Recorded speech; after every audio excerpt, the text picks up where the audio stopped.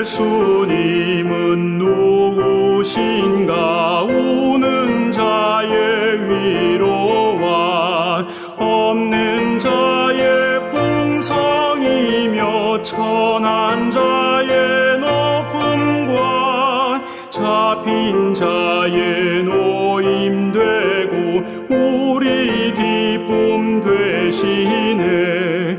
예수님은 누구신가? 약한 자의 강함과 눈먼 자의 빛이시며 병든 자의 고침과 죽은 자의 부활되고 우리 생명 되시네.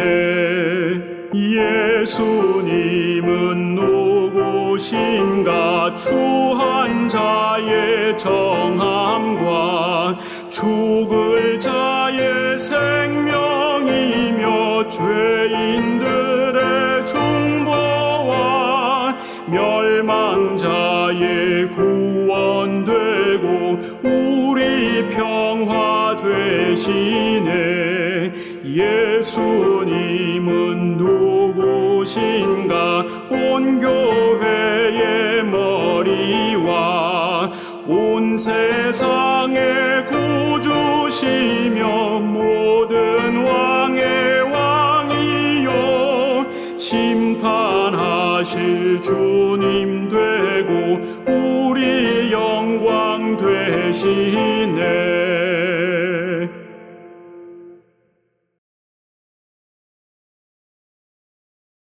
무리가 몰려와서 하나님의 말씀을 들을새 예수는 게네사렛 호숫가에 서서 호숫가에 배 두 척이 있는 것을 보시니 어부들은 배에서 나와서 그물을 씻는지라. 예수께서 한 배에 오르시니 그 배는 시몬의 배라. 육지에서 조금 떼기를 청하시고 앉으사 배에서 무리를 가르치시더니 말씀을 마치시고 시몬에게 이르시되 깊은 데로 가서 그물을 내려 고기를 잡으라. 시몬이 대답하여 이르되 선생님, 우리들이 밤이 새도록 수고하였으되 잡은 것이 없지만은 말씀에 의지하여 내가 그물을 내리리이다 하고 그렇게 하니 고기를 잡은 것이 심이 많아 그물이 찢어지는지라. 이에 다른 배에 있는 동무들에게 손짓하여 와서 도와달라 하니 그들이 와서 두 배의 채움에 잠기게 되었더라. 시몬 베드로가 이를 보고 예수의 무릎 아래에 엎드려 이르되 주여, 나를 떠나소서. 나는 죄인이로소이다 하니 이는 자기 및 자기와 함께 있는 모든 사람이 고기 잡힌 것으로 말미암아 놀라고 세베대의 아들로서 시몬의 동업자인 야고보와 요한도 놀랐습니다. 예수께서 시몬에게 이르시되 무서워하지 말라. 이제 후로는 내가 사람을 취하리라. 하시니 그들이 배들을 육지에 대고 모든 것을 버려두고 예수를 따르니라. 사랑하는 성도 여러분, 오늘은 금년의 마지막 주간이며 송구영신 특별 새벽기도의 첫날입니다.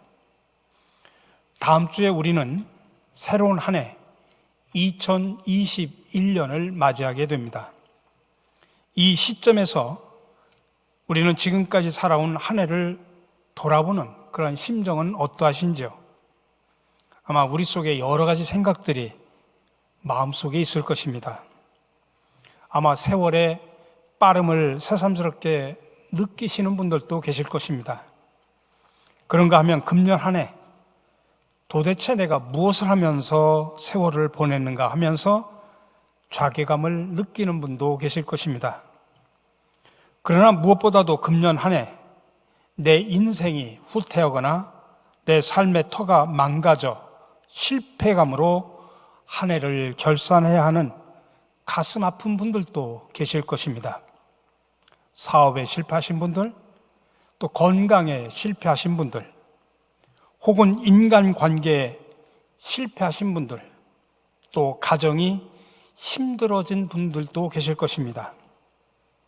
또 코로나19로 인하여 본의 아니게 직장을 잃고 방황의 한 해를 보냈던 분들도 계실 것입니다.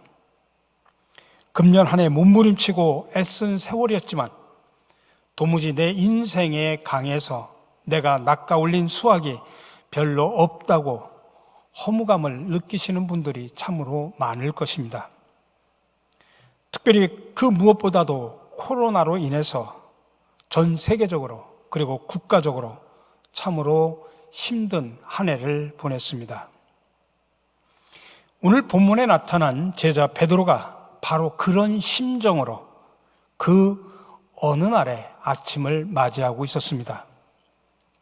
그는 이날 호숫가에서 만난 낯선 나그네에게 이렇게 고백을 합니다. 밤이 새도록 수고하였을 때 얻은 것이 없습니다. 지난날 그는 날마다 그렇게 했듯 최선을 다해서 어부로서 고기를 낚고자 땀을 흘려 일했지만 이상하게 수확이 없었습니다. 그래서 저녁에 집에 돌아올 것을 포기하고 밤을 새며 또 고기를 낚고자 했지만 결국은 헛수고였습니다.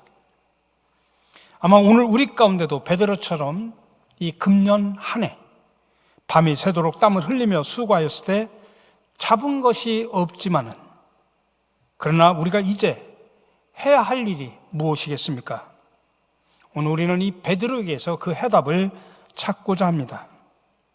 우리들이 밤이 새도록 수고하였을 때 잡은 것이 없지만은 이제 우리가 해야 할 일은 무엇일까요?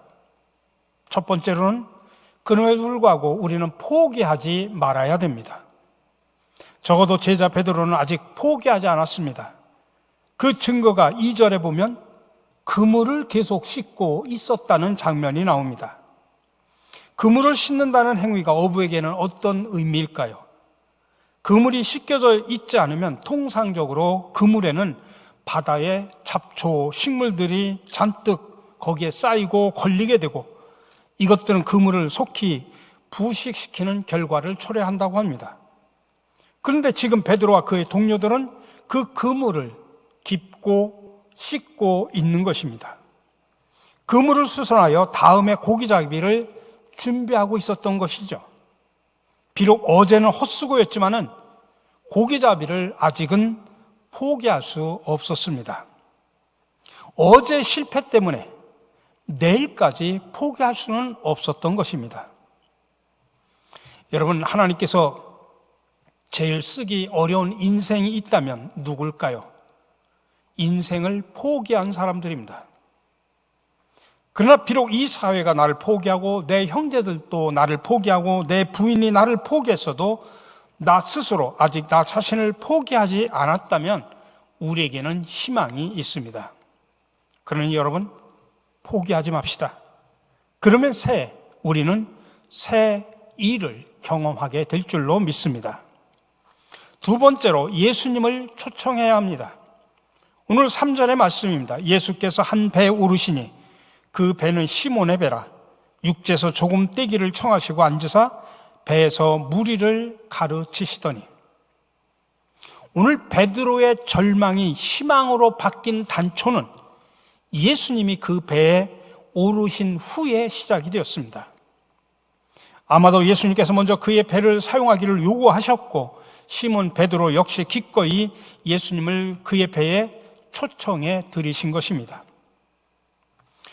우리가 복음서를 읽으면서 발견하는 흥미로운 사건 중에 하나는 예수님께서는 사람들에게 뭔가를 요구하실 때 마치 그것이 자기의 소유인 것처럼 요구하신다고 하는 것입니다.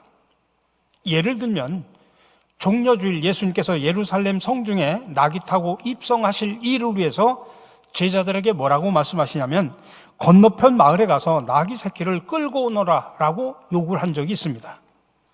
근데 만일 그때 누가 무슨 말을 하거든 주가 쓰시겠다라 그렇게 말씀하십니다. 아니, 자신과는 상관없어 보이는 마을 한 집 앞에 있었던 나귀 새끼에 대해서 그가 주인이라고 주장하신 겁니다. 도대체 예수님이 누구십니까? 그는 모든 것을 알고 계시며 모든 것을 소유하시는 우리 인생의 주인 되신 하나님이십니다. 이것을 신학에서는 예수님의 주인 되심, 곧 주권, 로드십이라고 말합니다. 그렇다면 우리가 이 예수님의 주인 되심을 믿는다면 우리는 우리의 삶의 모든 삶의 자리에 그분을 주인으로 초청해야 마땅할 것입니다. 예수님, 내 배를 쓰십시오. 예수님 내 집을 사용하십시오. 예수님 내 물질을 쓰십시오. 예수님 내 재능을 쓰십시오. 예수님 내 시간을 쓰십시오. 내 몸, 내 존재를 쓰십시오. 여러분, 이것이 바로 기적의 시작임을 믿으시기 바랍니다. 마지막으로 우리는 예수님께 순종해야 합니다. 우리가 예수님을 주인으로 초청한다고 하는 것은 무엇을 의미할까요? 이제부터 주인 되시는 예수님의 말에 순종하겠다는 말입니다. 그런데 많은 그리스도인들이 아직도 주님께 순종하면서 살지 못하는 이유가 어디 있을까요? 이유는 하나입니다. 자기가 아직도 자기 인생의 주인이 되어 있기 때문입니다. 시몬 베드로도 한동안 그렇게 살아왔습니다. 내가 나의 주인 된 인생을 산 것입니다. 아니, 대부분의 사람들이 사실 오늘도 그렇게 살아가고 있지 않습니까? 베드로도 주님을 만나기까지 그렇게 산 것이었습니다.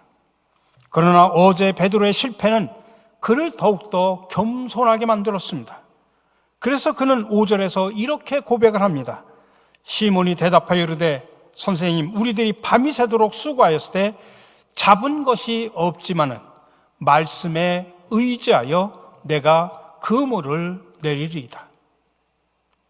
그래서 이 헛수고의 밤을 지난 베드로를 향한 예수님의 명령이 무엇입니까? 4절에 나옵니다. 깊은 데로 가서 그물을 내려 고기를 잡으라. 근데 사실은 해가 뜬 후에는 깊은 물에 그물을 던져 고기를 잡을 수 없다고 합니다. 근데 지금 예수님은 우리 상식을 깨트리는 명령을 하고 계십니다. 근데 그것보다 더 중요한 것은 이 바닷가에서 어부로 지금까지 고기잡이의 전문가인 베드로가 그 아마추어 예수님의 말에 순종하고 있더라는 이야기입니다. 그러자 놀라운 일이 벌어졌습니다. 6절에 보니까 그물이 찢어지도록 고기가 잡혔다는 것입니다. 우리 사랑하는 성도 여러분, 금년 한 해 여러분이 여러분의 힘으로 최선을 다했지만 여전히 내 인생의 코너에 몰려있다고 느낀 분들이 계실 겁니다. 그러면 이제 내 이성과 상식의 우상을 깨트리고 여러분의 인생의 참된 주인이신 예수님 앞에 이렇게 고백해 보시진 않겠습니까? 주여, 이제부터는 당신의 말씀에 의지하여 그물을 내리며 살겠습니다. 이런 고백을 하는 저와 여러분들이 되시기를 간절히 바랍니다. 우리 함께 기도하겠습니다. 사랑의 주님, 2020년 한 해를 마무리하면서 송구영신 특별 새벽 기도를 시작하게 하시니 참으로 감사합니다. 그러나 되돌아보니 오늘 말씀처럼 베드로처럼 우리가 한 해를 열심히 산다고 살아봤지만 아직도 잡힌 것은 없습니다. 아직도 빈 그물입니다. 주여, 이제는 모든 것 내려놓고 주님 앞에 의탁합니다. 말씀에 순종합니다. 하나님, 새해는 새로운 일을, 새로운 기적을 경험하는 역사가 일어나게 하여 주시옵소서. 이 모든 말씀 예수 그리스도의 이름으로 기도드립니다. 아멘.